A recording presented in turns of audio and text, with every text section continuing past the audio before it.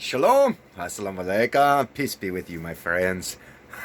Today we got this African brother. He's trying to ask questions to the Muslim lantern Muhammad Ali.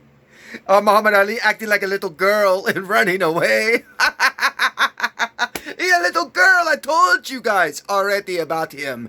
He's a little closet weirdo. I warned everyone. I was right, as you see. I'm right. So in this guy's video, it's funny. I watched it. In Leicester Square, Part 5, the Muslim lantern arrives. He doesn't want to answer any questions. This is this guy's channel here. Look here, everyone. Free Quran, English translation. Take your copy. Free Quran. So you get a free Quran today. So look, let me explain something to the law, about the law. So if you can go around and give me a free book, and I go and I get your free book, tomorrow can I go and burn it publicly? You see now the discrepancies of law and the stupidity of different aspects of things. So these guys can go around and they try to say, you have to speak Arabic, you have to speak Arabic. Oh, but here's the English translation of the Quran. Oh, but wait, you can't burn the book. Oh, get them, stop them from burning the book. So you can go around with your freedom and give people free garbage. And if I go and I get your free garbage, then tomorrow I'm going to bring a booth and I'm going to burn the Quran in the public square. How about that? Hey, everybody in England, do it. Everybody in England, find where you can go get your free Quran from the Muslim lantern, and tomorrow set up a thing and burn it. Fuck you. You gonna get mad? You gonna get mad in your panties getting a wad, you little punk boys? You little punks? See, this is why I don't like certain aspects of religion and then certain ideologies where they want to take law and order, and law and order is only for me but not for you. No, fuck you. Fuck you.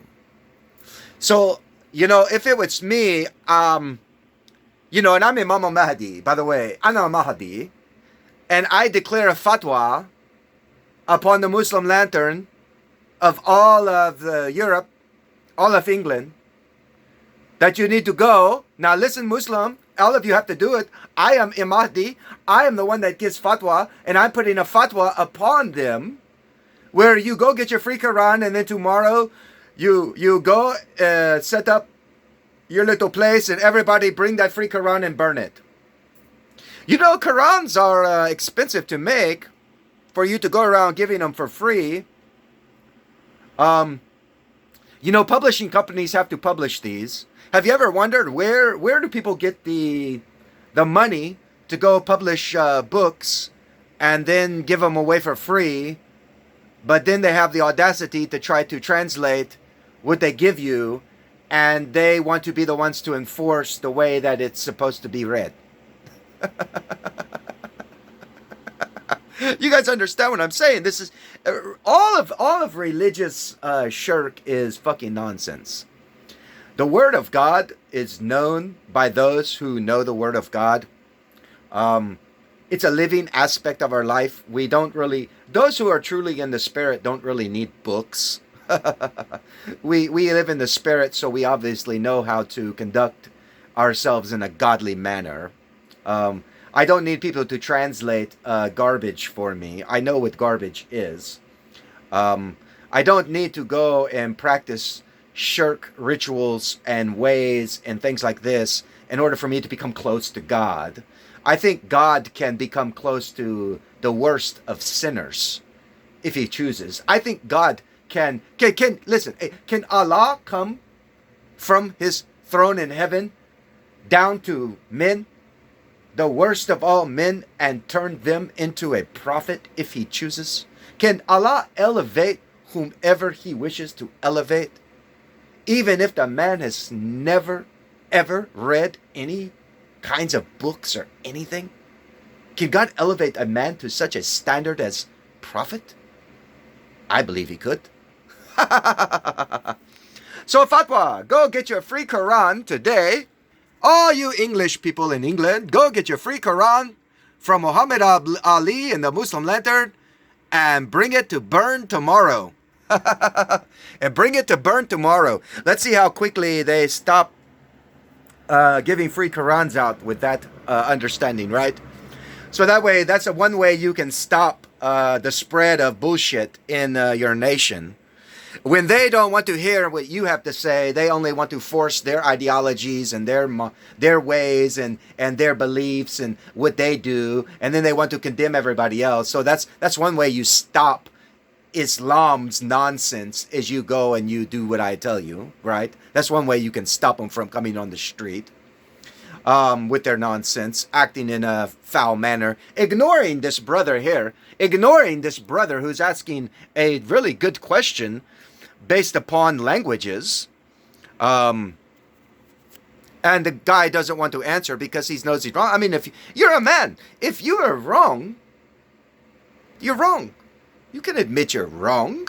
I mean, there's nothing wrong with that.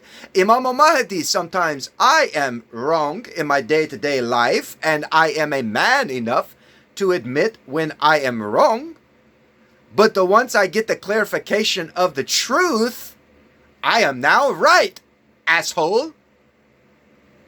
So you see how people's egos get in the way of their trying to understand truth and God. Ego gets in the way. So just because you have an ideology about me, which isn't truth, don't try to make me out as if I am a type of God where I fly through the clouds and the Mahdi can do no wrong. Oh no, no, that's not true. That's not true. Many prophets were tricked and deceived and did wrong and got punished. Even Musa himself, God said, go, speak to the rock. Musa goes, he speaks to the rock, it didn't listen, so he hits it with his staff. Oh, Allah got mad. Musa, you disobeyed. Musa, you were incorrect. Even though you are one of the greatest prophets, you were incorrect in your action. See, your ego, Muhammad Ali, is bad. And a lot of these guys, they try to be boastful and everything else as if they can do no wrong. They are holier than thou. I am beyond you. I'll turn my back. I do not want to speak to you because I am better than you. You maybe not know what you're talking about. You are not as wise as I am. Because I am what? What are you? A man like everyone else? Is Imam Mahdi not a man like everyone else? I would never do such a thing. I always like to talk to people, and sometimes I like to hear what they say. Now, some things I know that people say is a lie because I've already been there. But if I hear something from someone that I don't know, I go and I study it, I look it up, I find out about it, and I try to find the right and wrong of it. And that's pretty much it. I don't have no ego to be boastful and think that I am better than someone else who maybe walks up to me and says, Imam Mahdi, have you ever read this? Have you ever done this? Or what do you think about this or that? I'll tell you the truth. I've never read it. I've never done it. I've never thought about it. But hey, if you want me to read it, you want me to think about it, hey, I'll walk 1 mile. I'll go 2 miles for you. I'll go 3 miles if you wish for me. Because I am always seeking the truth. These guys don't do that. That's how you know they're frauds. That's how you know if a man is truly searching for God, he casts away his ego. Even if he is a great standard of a man who knows quite a bit, and you catch him in the wrong of something, it doesn't mean that man loses his, what do you call it, that he is a good guy. It just shows you your humanity. All humans are in error. Only God is good. Only God can reveal to men that which is hidden from them.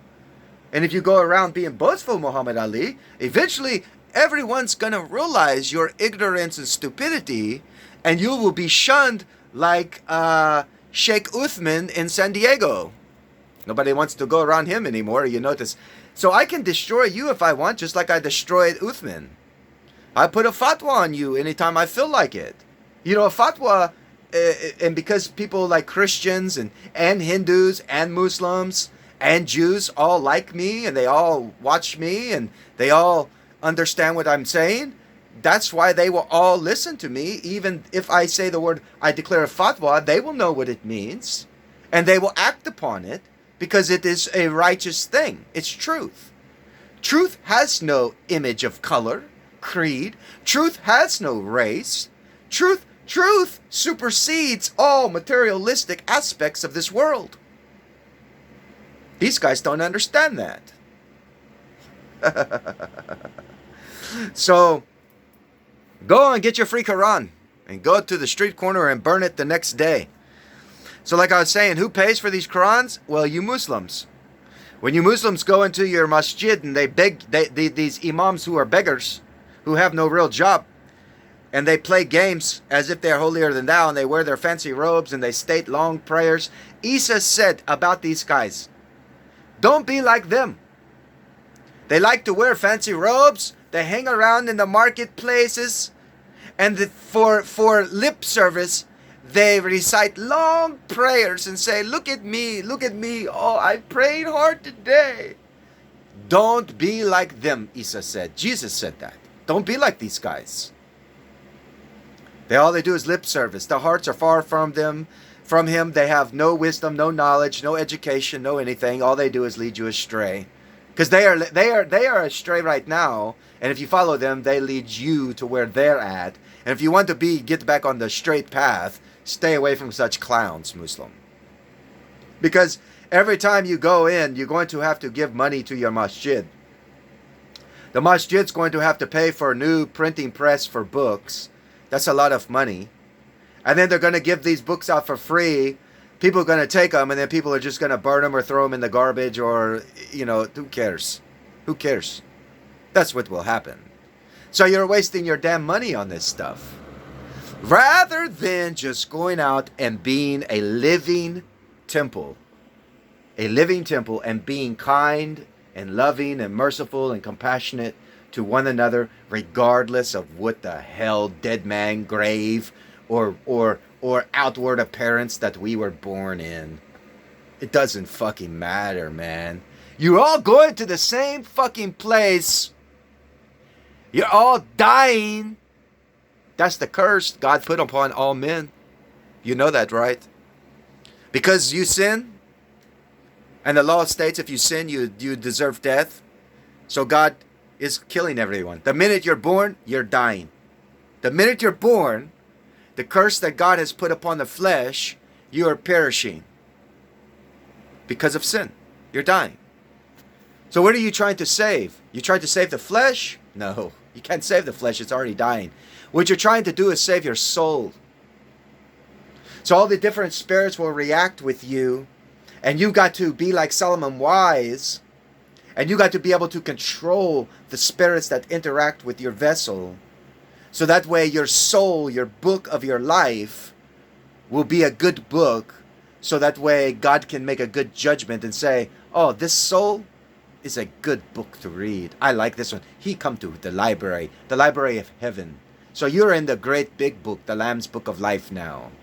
So you have many souls, different spirits all throughout the ages of the world that inhabit different vessels that create soul for your book in the end. Maybe your book contains 5 souls or 5 chapters. So maybe you were born in BC and you died, and you were born again later again, and you were born again in another vessel. These are chapters of your soul which spirits interact, and you have to become like Solomon and become like what God spoke to Cain. Cain, sin lies at your door, but you are the master of it. So you learn how to subject the spirits unto the will of God, unto the will of Allah. You subject these spirits unto it during your different chapters of your life. Some people may have 10 chapters. Some people only 4 chapters.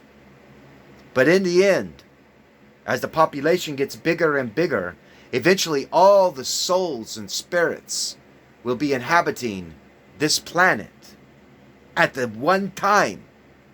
So all that which was in heaven is now on earth. The kingdom of heaven has come down to earth in the future time. And that will be God will be able to come and judge all the things that he has made at that time. If you understand the words that I'm speaking here. So I just wanted to make this video to show you guys this clown acting like a clown. Rude, crude man. Always was rude and crude. That's why I knew it from the get-go. I spoke to him how long in that video, and I already told you everything about the guy. I told you I can do that. And now he's revealing his true self. The more people go and use what you know as truth against him, he will gnash and grind his teeth like a Dajjal that he is. He has many bad spirits that are inhabiting him that he does not want to jihad against in his own flesh. He thinks jihading is against other people, and he can't even jihad in his own vessel. How will he ever be a guide to anyone when he can't even jihad his own spirits that are attacking him in his daily life, that are leading him down bad paths of ignoring people and this and that, and he has an ego where he doesn't want to be wrong, all these different things. You know, it's sad to see people that are like this, that claim that they're leading people to God, and they're not. So just remember, the Muslim, that every time you're giving your money to them, somebody is taking your money and burning it in an alley somewhere. Because like I say, it's shirk, it's pointless nonsense. These guys are practicing shirk anyway. It's not good for any of them. It's not good to be like that. It's not good for anything. It does nothing but separate people and everything else. They get mad, fighting and arguing, and you see it. You see it. But that guy, he is not doing anything wrong. He's just asking guy, hey, answer the question. Answer the question. He won't answer the question. So it's like, dude, what's up with these so-called Muslim teachers that want to go online and think that they're going to teach people right stuff? I mean, that's the biggest misinformation and plagiarism and everything else that's out here in the world of these kinds of people. And we need to start getting onto these guys out here in the public world that are doing this. We need to start coming after them and openly bringing them down to the ground where they need to go. Wake them up to let them know you ain't no better than anyone else. You're still trying to learn. And if you haven't found the ultimate truth yet, don't claim you even have the spirit. Because a lot of these people out here, they claim they have the spirit, but all I got to do is ask them one question. Do you believe that God is a witch and he turns sticks into snakes? Because if you had the spirit and the spirit was leading you to all truth, you would know the true story and the true interpretation of that. You would not be going around teaching people that Moses turned sticks into snakes. That's how I can look at someone and say that claims they have the Spirit of God upon them. I ask them that one question. Did God turn sticks into snakes? What is your interpretation? And if they give me the same religious interpretation that is found in every flock and fold, I know that the Spirit is not with you. You can jump around all you want and shout in all sorts of kinds of jibber-jabber tongue. Spirit is still not with you. For it is stated by Jesus, Isa, Yeshua himself, that the Comforter, the Spirit, will guide you unto all truths. So when I say the Spirit is with me, I mean it. And I can back it up as well. Shalom. Assalamu alaikum. Peace be with you.